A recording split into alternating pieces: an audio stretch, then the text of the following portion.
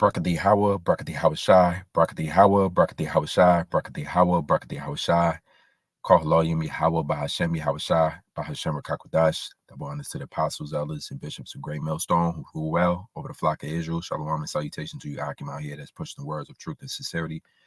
Shalom to all the sincere elect, Akim and Akwash, scattered Israelites and Israelite foreigners. I brought this out. This video will be edifying. Or power mopped on the screen in front of you. You see here the Odyssey. The site is called Odyssey, which you know, brothers blew up, you know, back in the day. Basically, it got known, you know what I mean? It got more renown, you know, through Hebrew Israelites posting our videos up there too. It became a really good alternative to YouTube. They don't take your videos down on Odyssey. So all you got to do here is check out Odyssey. I went to M-I to the C hit, and I typed it in the Odyssey. And you got videos on videos going into people giving their testimonials or the plots and schemes, just everything about this technology being a big part of the NWO in this coming cashless society. As you can see in the title of the video that I got up here, the title is called "They're Coming After Everyone and Everything." All right, they're coming after everyone and everything. You know that who that is? That's E. All right, so we just gonna take our time and go into it. Today I got this video right now. It's gonna play, and then we take it from there. The World Economic Forum. Schwab got his chip, and he's ready to roll it out for his digital currency. Oh, really? Yeah. Okay. The way they're going to incentivize it, they're going to give people $2,000 a month to walk around with a chip in their hand. Really? Here's a question. Would you let someone implant a microchip into your hand if you would receive $2,000? You'll get paid to have the chip in your hand. All your money will be connected to the chip in your hand. And you're getting $2,000 a month? Yeah. Now, where the poverty line is, people who would get $2,000 a month who are living under that line would absolutely jump at that. Oh, absolutely. Aujourd'hui, au bout de ça, on parle de plus qu'on pourra s'implanter. Ce sera quand ça? Certainement dans les 10 années à venir. Et d'abord, on va les implanter dans nos vêtements. Et après, on pourrait s'imaginer communication directe entre notre cerveau. So I want to real quick go over what he just said right there. I think it's French, but he asked Klaus Schwab on January 2016. It says here, today at the end of this, we are talking about chips that can be implanted. He says, when will that be? He says, certainly in the next 10 years. Then he goes on to say, and that was 2016. So 10 years from that will be 2026. He says, certainly in the next 10 years. And at first, we will implant them in our clothes. If you Google Nike tech with scannable RFID or clothes, smart clothes, you'll see they do have smart clothes. I believe the NBA players got smart technology on their clothes. Football players got smart technology in their uniforms, and that's how they're able to see how many players are moving, how often they're moving. They track the players just like they track, you know, animals. He goes on to say, at first we will implant them in our clothes, which is gradualism. That's how the NWO moves. That's how the elites move, through gradual steps. He says, and then we could imagine that we will implant them in our brains and in our skin. What's today going on in the recent news this week?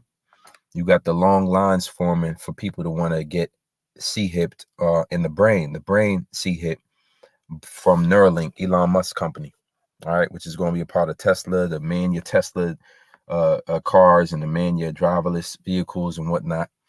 They're promoting these brain chips that's already out. People are looking forward to those. And then it says in our skin, right? He says in the end, maybe there will be a direct communication between our brain and the digital world. So they're pushing for this 1000%. And that's all he said there. All right, so let's take it directly to the scripts and see what it says. All right, let me take this down. All right, so bear with me here. Window.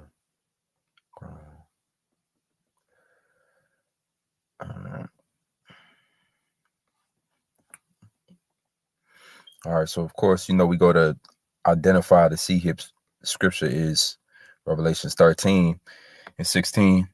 It says, and he calls of all that he's that beast system is NATO, EU, and America, both small and great, rich and poor, right? And that cause tells us everything we need to know, that it's going to be a mandate. It's going to be mandatory. That's why the title of the video is he's coming for everyone and everything. He's coming after everyone and everything. And that's this man's system.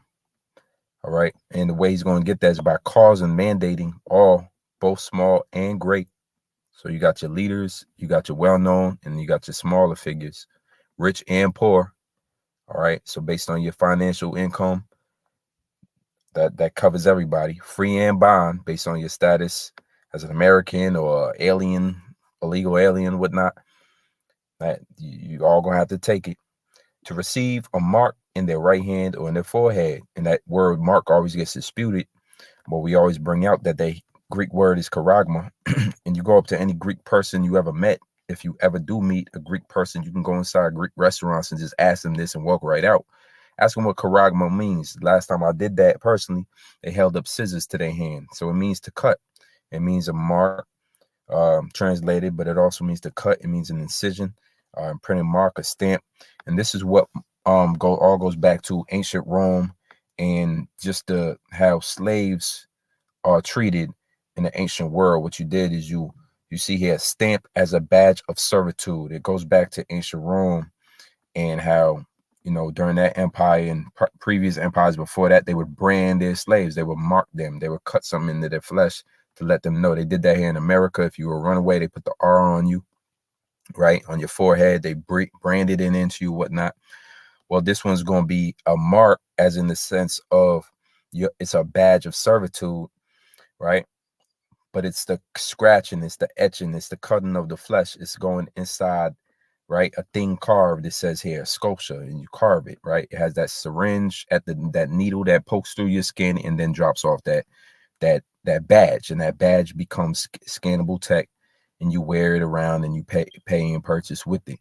So we got over here at Great Millstone, we got a complete understanding of this, so much that we can see the gradualism that is taking place.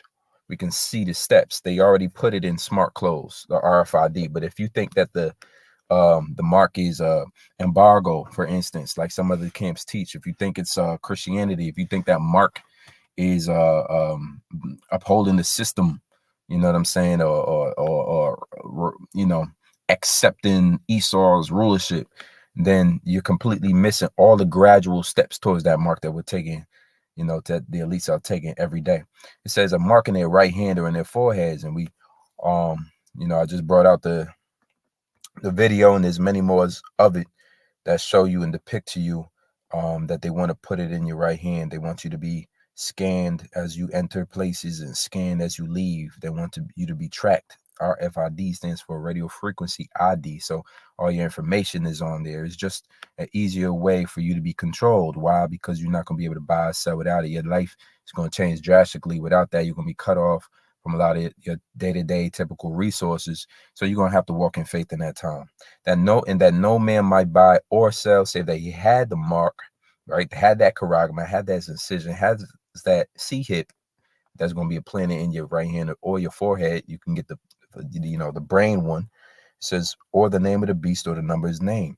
All right, worshiping this system along with being a servant of this system by receiving that mark, so that you can continue to operate inside this system.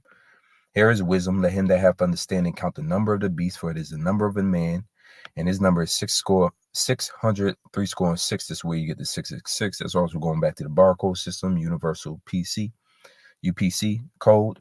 That's on all of your merchandise, all of your anything you buy from the store gets scanned. So you will be that new scan. All right. You got Amazon Go. You got different technologies out here that reading your handprint. You got bio devices. Scan your print, scan this, scan that. You can see easily that the new form of currency is going to be digital.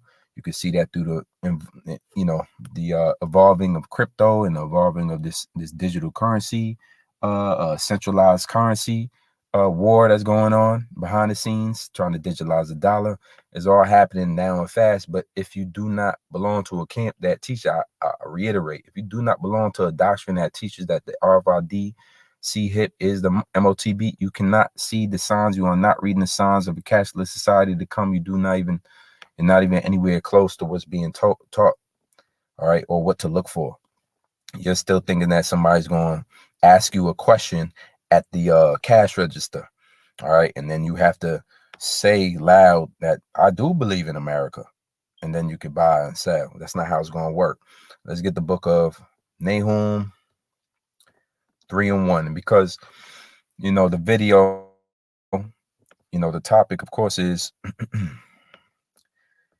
they're coming after everyone and everything, and that's just the nature of this beast, the nature of Esau, Edom.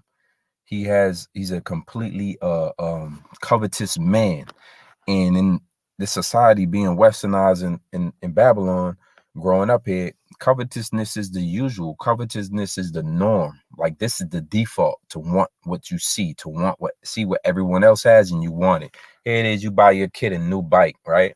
He rides that bike around for 3 weeks. Next thing you know, he sees Tommy in a go-kart. He don't want the bike no more. He want the go-kart. This is that covetous thing that's being evolved here in Babylon. It's because you, as the ruler, so are the people, right? But we don't know. In the scriptures, you learn quickly that there's a realm outside of coveting everybody's stuff. All right. There's a realm outside of wanting everything you see. There's a realm outside of trying to build up some surplus material gains and hoard all of the money. But because we ruled over Esau, we think capitalism is the way, and so forth and so on. We all, have become somewhat of capitalists, just to get by in this society. But that's all going to be done away with, as Esau's done away with. Nahum 3:1, woe to the bloody city. Woe means destruction. The city is filled with blood, right? They shed a lot of blood, innocent blood, for this land. All right. You're walking on bones. All right. The latest article I seen, they're doing a school over there in Florida somewhere, and they found bones. They do the same thing in Louisiana, or Texas rather.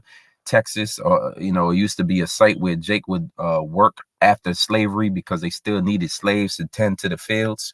So they hoarded up Jake, and then they found all these burial bones of these slaves that never got buried, or they never got graves. So it's a bloody city. You dig deep enough in the soil, you're gonna find all type of slaves' bones. Wall Street is built on top of slave bones. They got an African burial ground over there about the slaves that they used to trade on the stock market in the early days. So this is a bloody city from the east, from sea to shining sea. It says it is all full of lies and robbery.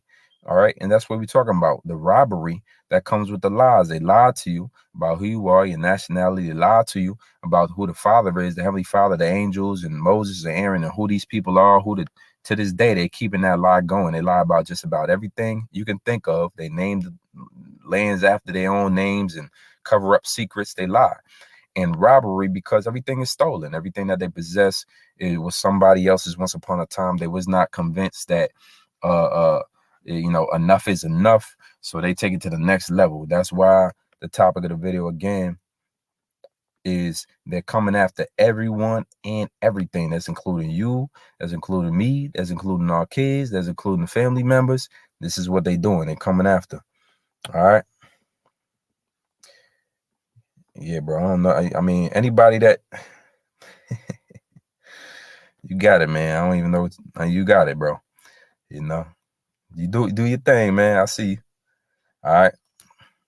I just want to know if you understand that the CHIP is the MOTB. That's all I'm here to speak on right now. It says, woe to the bloody city is all full of lies and robbery, the prey of the part of not. So they still got their prey predator mind frame. Like, they got to conquer. They got to continue to heap up men.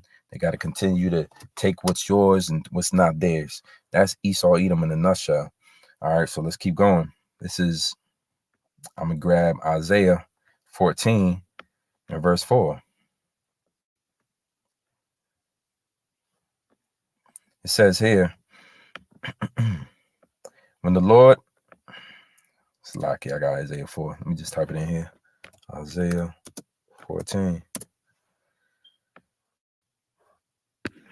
It says, I'm going to start at 3. And it shall come to pass in the day of the Lord that the Lord shall give thee rest from thy sorrow. Why we need rest? Because we got a man ruling over us who just wants to commit to taking everything that it is yours and not his.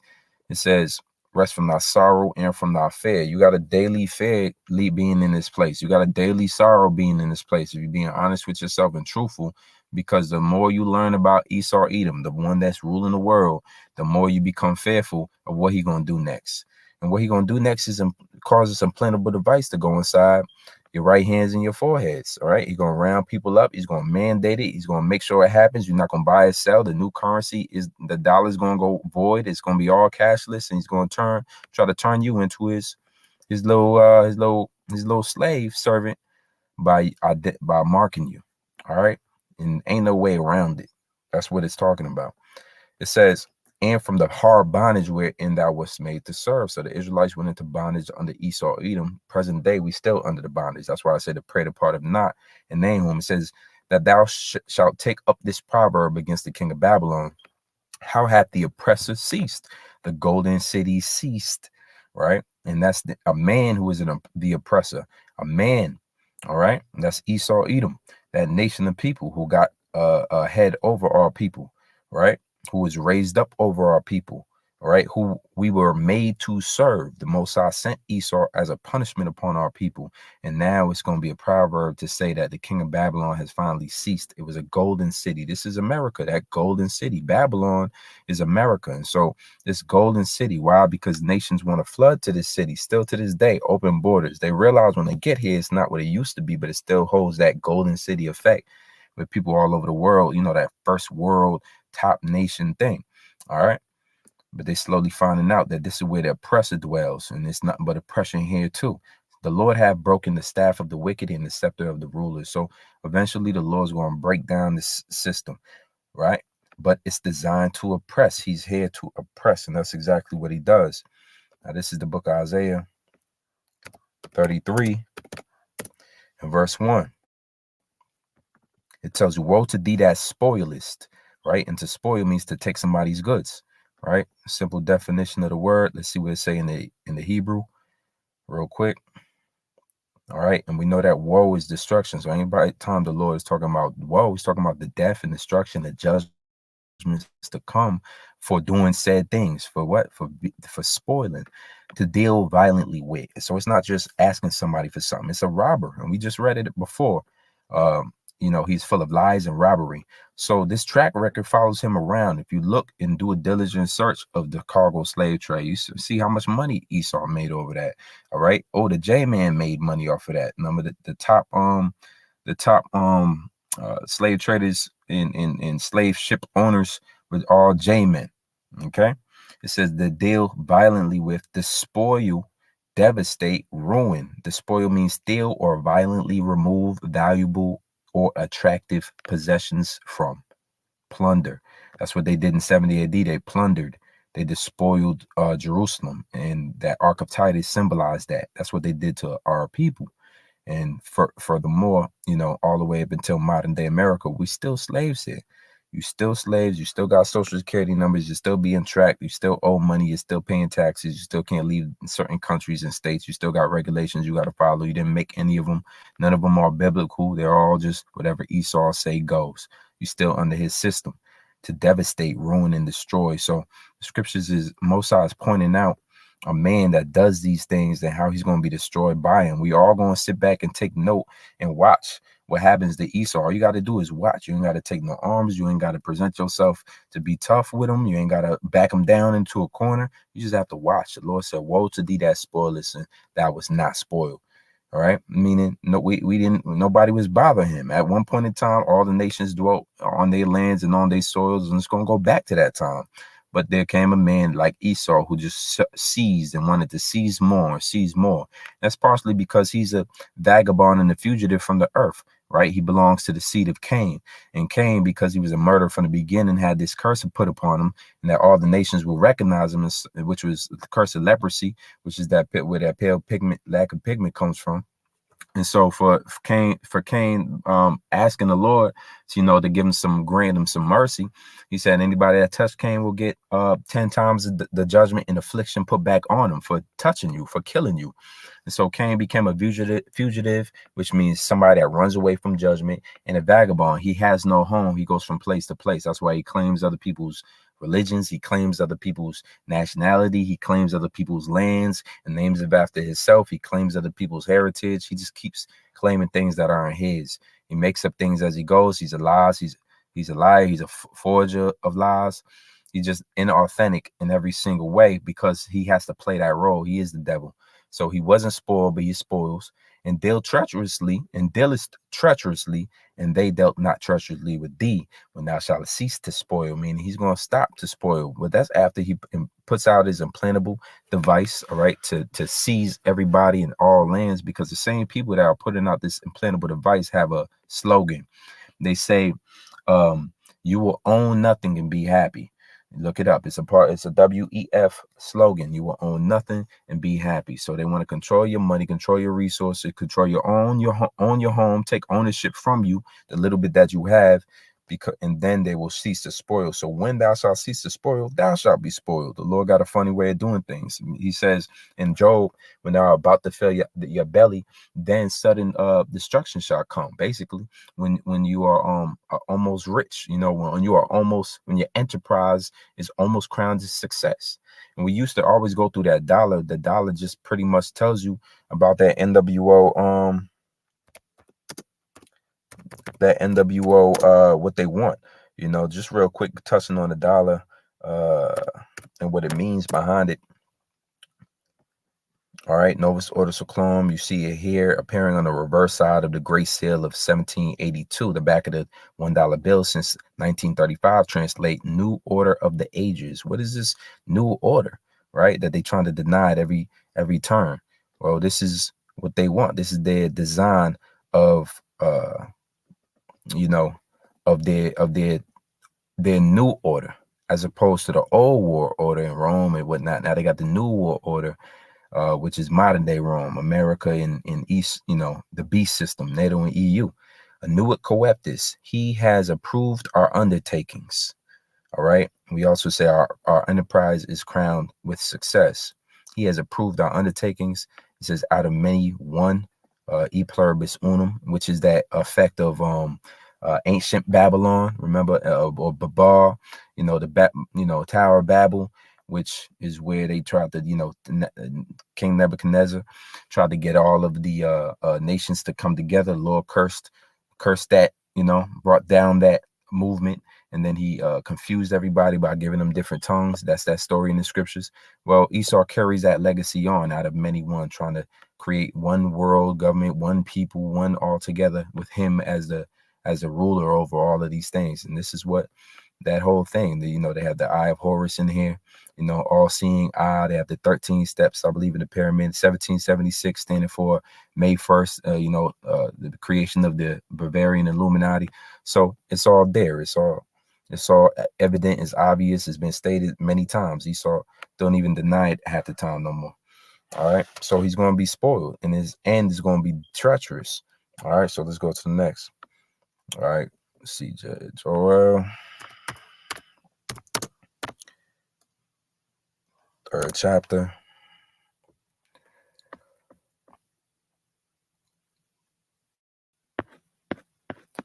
We're going to get verse 19. Egypt shall be a desolation. All right. Why does the Most High want to destroy Egypt? And other scriptures tell you that Egypt, first of all, Egypt was plagued, but it didn't become a desolation. You can still go to Egypt today. It's not a desolation. It's one of the thriving Middle East economies. It's not a desolation.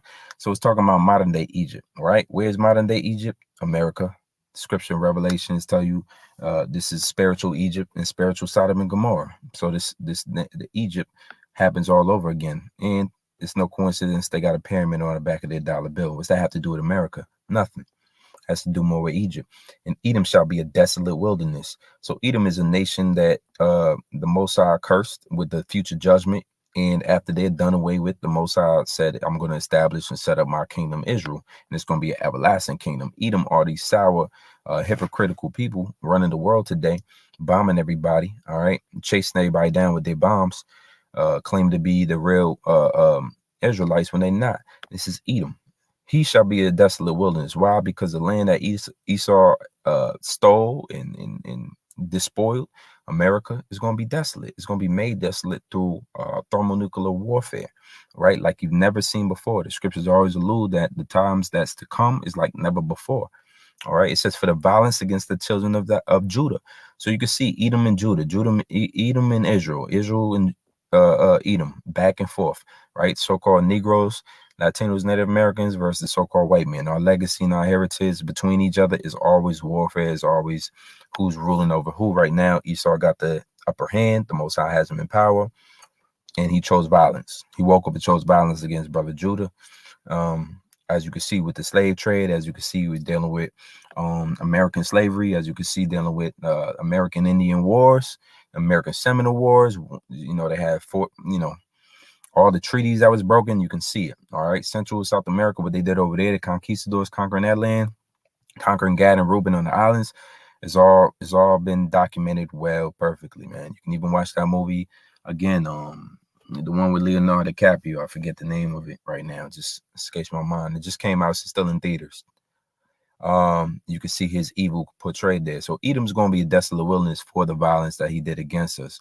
Why? Because he wants to take everything. He wants to inherit everything. He wants complete control and power. And he understands that these people, the children of Israel, are still here. And as long as they're still here, the Most High is going to desire to build them up and establish us. And in order to establish us, the scripture says evil got to be blotted out or taken out for the good to come. So the evil's in the way of the good. So Edom's in the way of Israel. It says, because they have shed innocent blood in their land. But Judah shall dwell forever in Jerusalem from generation to generation. For I will cleanse their blood that I have not cleansed. The Lord dwelleth in Zion. So the Lord's going to look out for us, but he's going to judge Esau, rightfully so. And so they're going to establish this NWO to take away more of your freedoms and to really lock you in and really just to turn you away from your power even more, right? Because once you take that mark, according to Revelations 14th chapter, you are fit for destruction. That is it. You can't walk around no brain Neuralink thinking that the Lord still love you. It's over. It's a wrap for you. That's why it's imperative to be able to teach that the MOTB is the RFID chip, because you're going to have jakes out here that call themselves Hebrew Israelites going ahead and going right to the location, taking the RFID so that they can keep working, taking the RFID so they could, the brain one, so they could try to be merged with technology, thinking that everything's sweet. It's not. Amos 1:11 says, thus saith the Lord, for 3 transgressions against Edom, and for 4, right? Transgression is a trespass against the Lord. I will not turn away the punishment thereof, because he did pursue his brother with the sword. And you can go back in ancient world for this accounts, and also modern day, because Esau is and always has been, you know, the so-called white man who's ruling right now, whether he's called Greeks, whether he's called Romans. Today they call everything from French to some of them is called, some of them is call themselves South African. You know, a lot of them call themselves American, but that name Edom has escaped them somehow, some way. It's left up to Hebrew Israelites and preachers of the Lord and the prophets of the Lord, and you know, the brothers who are set up to prophesy in these end times to give that name rightfully back to who that person is. Esau, Edom. He's condemned. That is the so-called white man who rules over the world today. All right. And because he did pursue his brother with the sword, once again, you can go back to Babylon, the times when we were escaping Babylon, and Esau was there at the border, and he was cutting off sections for us not to escape. That sounds pretty familiar. When you look at the situation in Gaza right now, it's like they ain't got nowhere to escape. That's part of Esau's pursuit. You know, that's how he deals. He says, and did cast off all pity, meaning he didn't care. He hadn't had no remorse, even though he comes from the same stock, same father, Isaac. He didn't have no more pity for his brother. It says, and his anger did tear perpetually. So that means ongoing. So that means to this day, it doesn't matter where the Edomite is or what location he is or how he was raised. Eventually, he's going to turn into that who the Most High created him to, because there's an anger that he has toward Jacob perpetually. and he kept his wrath forever. So that means he can't cast it off. And what's the Lord going to do to him? But I will send a fire upon Teman, which shall devour the places of Basra. Teman, all right? And Basra also signifies talking about Edom, all right? One of the chief places of the land of Edom, because Esau is the man, and the name was changed to Edom, meaning red, and the land was also changed to their name. And the chief city, one of the chief cities, was Basra. So anytime you see Basra, still talking about Esau, right? So he had no pity. He had a perpetual anger, and he pursued us with the sword to this day. All right, to this day. So Habakkuk, let's get Hab.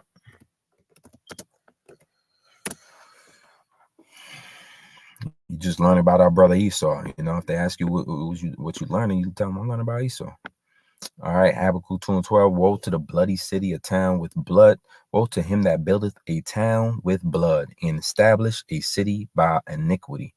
Right? And why do you do that? Because he's a covetous man. When you go up a few, it says Habakkuk 2:8, because that has spoiled many nations. That's how you built something with blood. You took and robbed violently nations of their land, their heritage, and their goodly things, their riches and whatnot, even when they didn't have no significance on the riches like you do. For instance, the accounts of Cristobal Colon, aka Christopher Columbus, and his journals or his accounts that he wrote and left, memoirs. He wrote that the Tainos over there in the land today called Puerto Rico were playing with gold. I believe he's talking about Puerto Rico. He could have been talking about modern day Dominican Republic, but he said they were playing with gold. Right, the children would play with gold. You know, they play with stones. They play with precious things as if they're nothing. Because in his eyes, he put more emphasis on this is rich. This will make you rich. This is, you know, my people kill for this, and they're just enjoying it without killing each other over it. Well, maybe I should take it from them if they can't. I'll uproot them of this land and cause them to be slaves here in this land, so they could send me. And I could be rich off of that. See, come to find out, capitalism is definitely, man. Capitalism is basically is capping, because it should be called spoiling, or it should be called you know, when you you know, coveting. That's all it is. It says all the remnant of the people shall spoil thee, because of men's blood, and for the violence of the land, of the city, and all that dwell therein. So there's going to be a vengeance upon Esau. And you see why he's marked for death. You see why, you know, he's Cain in the reincarnation. You can see why he's scared for his life, pretty much trying to find ways to live on other planets or leave, because he's doing everything he can to avoid these curses from coming upon him. But yet and still, all his adversaries are starting to rise up against him, and they're recognizing him of a man of blood. You know, everywhere you go, you spoil. Where haven't you been? You can't document what happened to Africa within the last 500 years without talking about colonialism. You can't document India last 5 years without talking about colonialism. All right, India used to, you know, be larger than what it used to be. It used to include Bangladesh, and it used to include I forget the other, Pakistan. Right, that's where they got violence over there. Esau came in and just mixed it up and gave them his language and destroyed them. There was a great famine in the land of India. All the nations is mad at Esau, man. Don't get started on the Middle East, because they infuriated right now. They turning down money just to point out how he got to stop the violence, but he won't. He a bloody man. All right. Woe to him that covetous an evil covetousness to his house, meaning he wants everything that's not his, man. He's not satisfied. You can't help a man that's never satisfied. It says that he may set his nest on high, that he may be delivered from the power of evil. Right. Going back to verse 12. Woe to him that buildeth a town with blood and establish a city by iniquity. All right. So that's what he's done. It's sin. It's evil. It's blood that built up this land. It's blood that built up these lands that Esau dwelling in.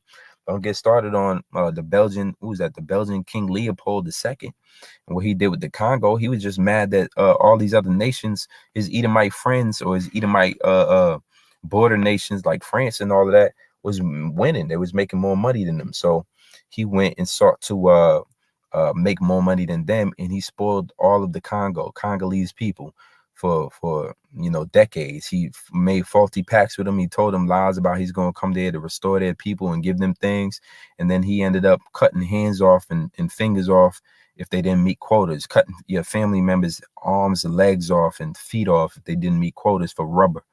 And then he became very rich and fat. To that day, you could see, go to this land where he was at, King Leopold, man. That's the whole story, man. This is a book I read back in college that documented the whole thing. King Leopold's ghost right here. Story of greed. But he lives fat, man. He lived fat and died in old age and all of that, because that's how Esau gets down. He does these things in deceitfully. And after he came in, his other counterparts, or these other countries that surrounded Belgium, France included, and Britain included, said, man, he's taking up too much. He's getting too rich. So what we should do now is section it off. We got to start conquering and colonializing Africa so that he don't take up all the land. And that's what they began to do. So these people just got the bloodiest, man. You can't even imagine how bloody get when it comes to Esau, right? He's the violent man, and the Lord know exactly who he is, and so he can't hide. He can't hide from himself. Let's get Ecclesiasticus, or the book of Sirach 14 and 9. All right, 14 and 9. It says here, I'm gonna start at man, so much.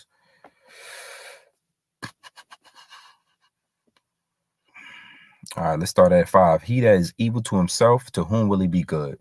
He shall take not pleasure in his goods. And Esau will see his own. Esau's gonna, it says rich and poor, free and bond. Esau is gonna mark his own. He's gonna inject his own. He's gonna poison his own. He continues to do that. It's called collateral damage, manifest destiny, whatever they gotta do. The ends justify the means. They don't care as long as they get what they want. Their NWO, their world order. It says there is none worse than he that envieth himself. And that's what the story of Leopold. That's why they started colonializing faster Africa, because he was getting too fat. And so the British and the French didn't like that. It says, he shall not take pleasure in his own goods. There is none worse than he that envieth himself, and this is a recompense of his wickedness. And if he doeth good, he doeth it unwillingly, meaning he can't even do good purposely. It's by an accident. And at the last, he will declare his wickedness. Because if you set out to take over the world, really, and to just spoil every nation and just heap up all the treasures and to rule over everybody as a titan, if any good comes out of that, you just miscalculated, because you're not trying to do no good. You're not really trying to do good at all. It says the envious man hath a wicked eye. He turneth away his face and despiseth men. A covetous man's eye is not satisfied with his portion. And this is Esau, never satisfied. That's why he's coming for everything and everyone and everybody. All right. And these end times are going to be a proof of it. It's going to get worse before it gets better. And the iniquity of the wicked drieth up his soul. A wicked eye envieth his bread, and he's a niggard at his table. So who the real niggard? All you got to do is a quick search of colonialism in Africa to figure that out. All right. Find out where the Israelites and who captured us and sold us on auction and blocks and whatnot, to find these things out. All right. But the Lord's going to eradicate this thief from the earth. The Lord's going to do him right. So we could just sit back and monitor the situation. The scripture said, measure the time diligently in itself, right? So that you can know that the day the Lord draweth nigh. You see it happen. The Lord said, I'm going to speed things up in these last days for the elect's sake. The days shall be shortened. So he technically is speeding up the days for the Lord. All right. Don't ask how. We don't need no scientists to figure that out. It's just the Lord and how he does things, John 10:10, the thief cometh not before to steal and to kill and to destroy. What you thought he was coming to do, that's what he did. And he left blood trails all over. His blood trail is his money trail. Who got fat? Qui bono, Latin phrase, meaning who benefits. Okay. During the last 3-4 years, there's been a big illness that came out, and all type of companies made a large profit off of that. Ask yourself, qui bono, who benefited? All right. And that's for any situation that's going on across the earth. It says, I am come that they might have life and that they might have it more abundantly. I am the good shepherd. The good shepherd giveth his life for his sheep. So thank Yahweh, Ba'ashem Yahweh Shah, that Yahweh Shah was sent as a good shepherd. Finally, a good shepherd. Finally, somebody that attendeth to the care of his flock and his sheep. And we know the sheep is men. We know the sheep is his elect. We know the sheep, including the 1/3 elect, men, women, and children. And this is who the Lord is restoring back to life in this time through his word. So the thief comes and the thief does what he does, but the Lord always has a way for us to be revitalized, and that's through these prophecies, right? So we can come to know Yahweh Shah through his prophecies, right? Hebrews 12:16, because he comes in the volume of the book, right? Lest there be any fornicator or profane person as Esau. Once again, touching on the name Esau, meaning Ashashua, wasted away is he. That's the name that his father Isaac gave him. And because he was wasted away, all the people saw he had no pigmentation. He came out red all over. Doesn't even mention the color of his brother Jacob, because his brother Jacob looked just like everybody else on that land. But Esau had no pigmentation. What about Esau? Did it end there? No, his mannerisms was different. Scripture said he would be different. Their manners shall be separated one from another. Two nations. So Esau ended up being the Edomites, the progenitor of the Edomite nation or Edomite race, known as the so-called white man today, or Caucasian. And he was a fornicator, right? He was off, he was wicked and profane outside the temple. He didn't do things justly. He wasn't upright in his heart. It says, as Esau for one morsel of meat sold his birthright. So when you go back to the story of Esau in Genesis 25, you recognize that Esau did something very, very very dumb, very wicked, very disgraceful. And what that was is he sold his birthright for that red pottage, right? That his brother Jacob was cooking. He was hungry. And that's his reason for giving up all the glory that will come along with your birthright. Your birthright is a big thing now to this day, and it was even more major back then. But he sold that birthright, right? As you go into, as you can see, let's see if it got any of that. Yep, Genesis 25 and 31 and 31 to 34. And Jacob said, sell me this day thy birthright. And Esau said, behold, I am at the point to die. I am at the point to die. And what profit shall this birthright do to me? So he disgraced the birthright anyway. And Jacob said, swear to me this day. And he swore unto him and sold his birthright unto Jacob. Then Jacob gave Esau bread and pottage of lentils. And he did eat and drink and rose up and went his way. And Esau despised. He ain't just stopped there. He despises his birthright, man. So how much more does this honorable man like Jacob deserve what Esau was supposed to get anyway? And that's what the Lord did, because Esau was profane. He didn't deserve the kingdom of heaven, the riches forevermore, to be joint heirs with the Yahweh Shai. He didn't deserve that. More so, it wasn't destined for him to have it anyway. It was destined for him to kill his brother with the sword and rule the world through the sword and have to do the earth with the sword, as we're going to continue to read on. For you know that afterward, when he would have inherited the blessing, he was rejected, for he found no place of repentance, though he sought it carefully with tears. So that's the legacy of Esau. That's just it. He was rejected. The Most High don't want him no more. You can't come around here for your blessing, Esau. You just gonna have to play out your legacy as a cunning hunter, a deviser, a devil on this earth, and the nation's gonna eventually recognize you for who you are, out you, and then you're going to out yourself through a thermonuclear war. This is Revelation 6:4. It says, and there went out another horse that was red, and power was given to him that sat thereon to take peace from the earth. All right, so we see now why he was named Edom. And the Lord, this play on words is basically that horse is a power, all right, a kingdom that's ruling. And this one being red symbolizes that Esau's ruling. All right, so we in this time right now. Look around. Who's ruling the world? Who owns the world? Lock, stock, and barrel. Who makes all the rules? Who if you come up against his authority, will shut you down? Who has the ability to cut off water to a whole section of people, to cut off power to a whole section of people? 2 million people in a landmass in the whole world basically turn their head like they ain't seen nothing. Edom. That's because he's on a horse. He's in power, and power was given him to him that sat thereon to take peace from the earth. That's why you got 2 million residents without water and food right now in Gaza, and they've been on lockdown for the last 75 years, man.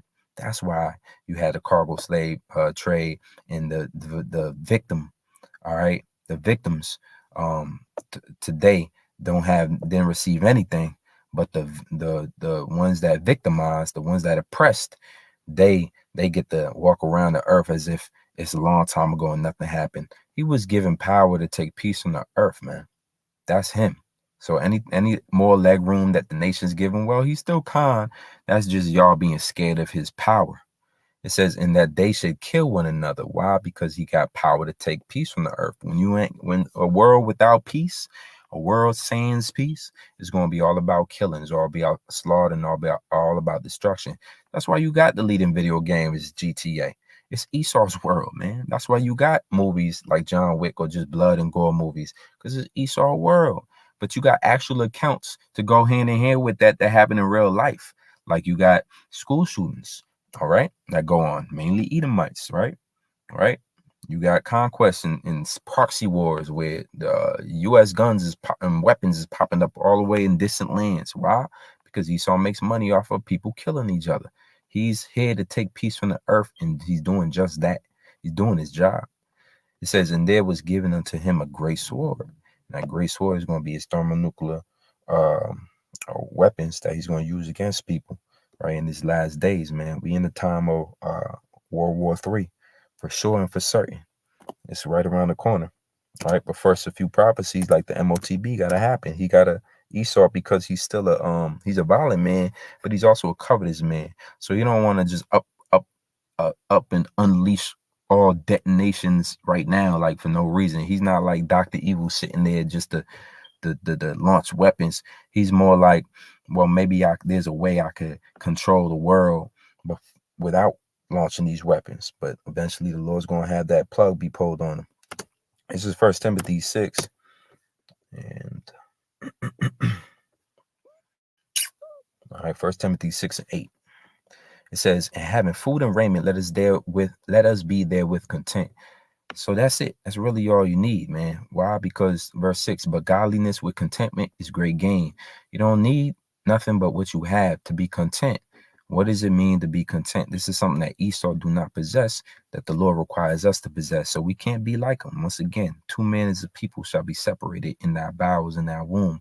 On one being Esau, a contentious, effeminate, madman, a violent man, and one being Jacob, who is more upright, and he was content. He was upright and he was just. It says a perfect condition of life in which no aid or support is needed. Sufficiency of the necessities of life. A mind contented with its lot. What does that mean? That means you are all right. You good with what the Lord, who the Lord designed you to be, and what position he's given you on this earth right now.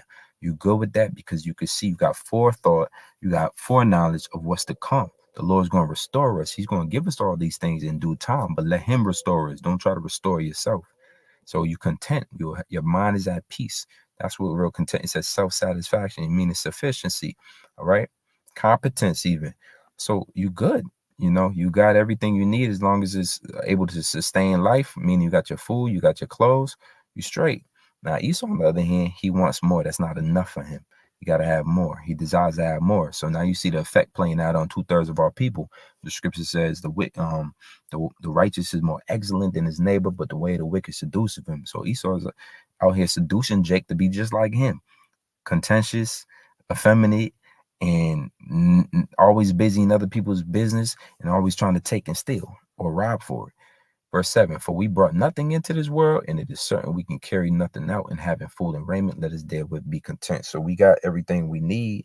Even in Babylon, the Lord supplies our needs. He even uses Esau to do it, right? Scripture talk about how the wicked shall seek to please him and please the poor and whatnot. All right. So we're supposed to be the opposite of what Esau is doing. Esau's trying to take the world down. Are we over here just chilling?